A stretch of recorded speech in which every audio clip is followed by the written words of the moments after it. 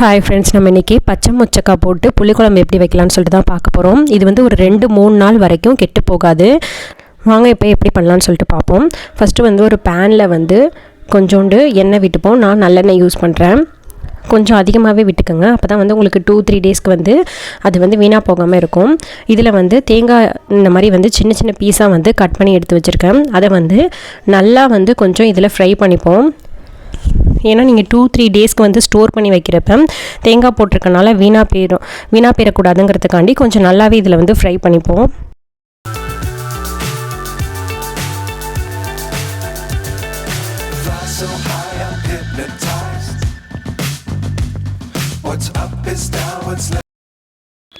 Low ஃப்ளேமில் வச்சு நல்லா ஓரளவு ஃப்ரை பண்ண பிறகு மல்லி வந்து 2 டேபிள் ஸ்பூன் எடுத்துக்கிறேன். அதையும் இதிலே போட்டு லைட்டாக வெடிக்கிற அளவுக்கு நல்லா இதிலே வந்து ஃப்ரை பண்ணிப்போம்.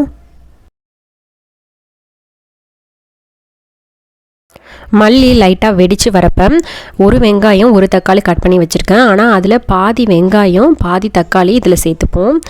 உங்களுக்கு இதையும் இதிலே போட்டு வதக்கி அரைச்சி எடுத்துக்கிறப்ப வந்து குழம்பு திக்னஸ் வந்து நல்லா கிடைக்கும். வெங்காயம் தக்காளி ரொம்ப வதங்கணும்னு அவசியம் இல்லை. லைட்டாக வதங்கினோடனே 1.5 டேபிள் ஸ்பூன் மிளகாத்தூள் ஆட் பண்ணிப்போம். இதை ஆட் பண்ணுறப்ப வந்து நீங்கள் வந்து அடுப்பை வந்து ஆஃப் பண்ணிடுங்க. ஆஃப் பண்ணிவிட்டு வந்து இதை ஆட் பண்ணால் அந்த ஹீட்லேயே வந்து நம்ம வந்து இந்த மாதிரி லைட்டாக வந்து வறுத்து எடுத்துக்கலாம். ஆனில் இருந்துச்சு அப்படின்னா வந்து உங்களுக்கு மிளகாத்தூள் கருகி போயிடும். ஸோ குழம்பு கலரும் உங்களுக்கு சேஞ்ச் ஆயிரும். ஸோ நல்லா ஆற வச்சு எடுத்து மிக்சியில் போட்டு அடிச்சுக்கலாம்.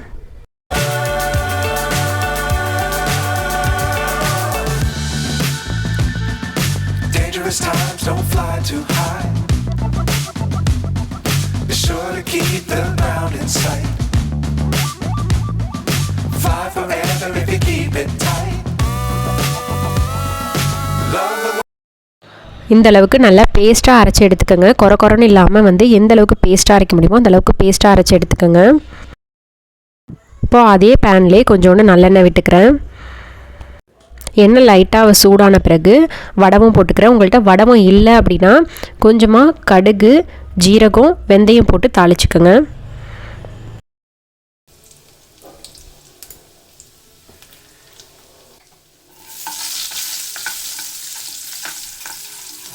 லைட்டாக பொரிஞ்சு வந்த பிறகு சின்ன வெங்காயம் ஒரு 10-15 உரித்து வச்சுருக்கேன், அதை போட்டுப்போம். பூண்டு வந்து அதே மாதிரி ரொம்ப சின்ன சின்ன பல்லுங்கவும் ஒரு 8-10 பூண்டு உரித்து வச்சுருக்கேன். இதோடு சேர்த்து ஒரு பச்சை மிளகாய், பாதி வெங்காயம், பாதி தக்காளி, கொஞ்சமாக கருவேப்பிலை, இது எல்லாத்தையும் போட்டு லைட்டாக வதக்கிப்போம்.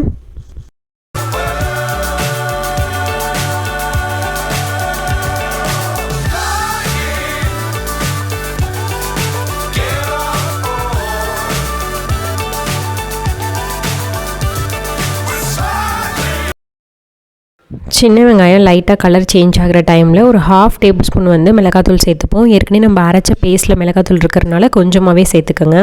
இதை லைட்டாக அந்த எண்ணெயில் வந்து நம்ம வறுத்துப்போம். ஸோ குழம்பு கலர் வந்து நல்லாயிருக்கும் இந்த மாதிரி ஆயிலே நீங்கள் வந்து மிளகாத்தூள் போட்டு ஃப்ரை பண்ணுறப்ப. இப்போ நம்ம உரித்து வச்சுருக்க மொச்சக்காய் எல்லாத்தையும் வந்து இதில் ஆட் பண்ணிப்போம்.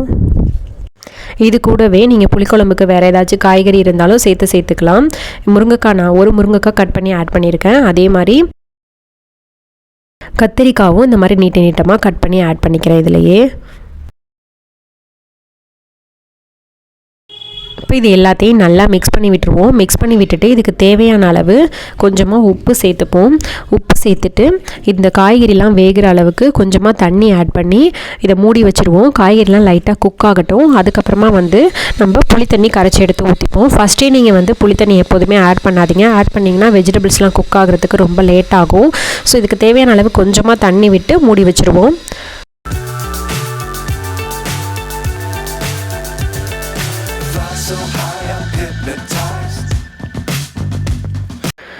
முருங்கைக்காய் நல்லா வெந்துருச்சான்னு பார்த்துட்டு நான் 1 கப் அளவுக்கு புளி தண்ணி கரைச்சி வச்சுருக்கேன். இதை வந்து ஃபுல்லாக இதில் ஆட் பண்ணிப்போம்.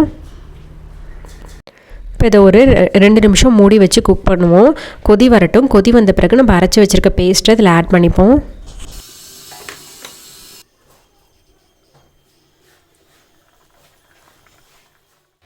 நல்லா கொதி வந்துருச்சு. இப்போ வந்து நம்ம அரைச்சி வச்சுருக்க பேஸ்ட்டை வந்து இதில் ஆட் பண்ணி நல்லா மிக்ஸ் பண்ணி விட்டுருவோம். மிக்ஸ் பண்ணி விட்டுட்டு நல்லா அது கொஞ்சம் சுண்டி வர அளவுக்கு மூடி வச்சு கொதிக்க விடுவோம்.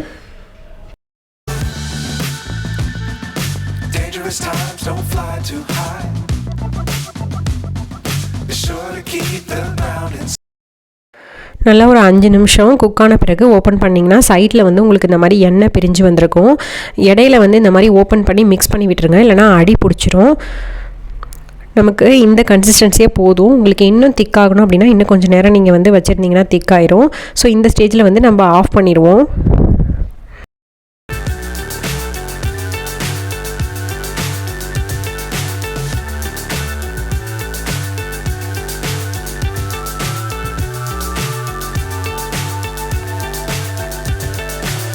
So high I'm hypnotized.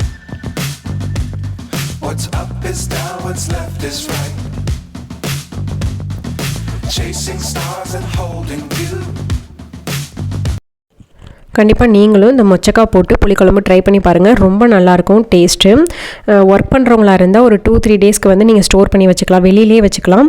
ஃப்ரிட்ஜில் ஸ்டோர் பண்ணால் 1 வீக் கூட வரும். ஸோ கண்டிப்பாக ட்ரை பண்ணி பாருங்கள். இந்த வீடியோ கண்டிப்பாக உங்களுக்கு பிடிச்சிருக்குன்னு நினைக்கிறேன். பிடிச்சிருந்துச்சுன்னா லைக் பண்ணுங்கள், ஷேர் பண்ணுங்கள், சப்ஸ்கிரைப் பண்ணுங்கள். மறக்காமல் பக்கத்தில் இருக்க பெல் பட்டனும் கிளிக் பண்ணுங்கள். அப்போ தான் நான் புதுசாக போடுற வீடியோஸ்லாம் உங்களுக்கு நோட்டிஃபிகேஷனில் வரும். தேங்க்யூ.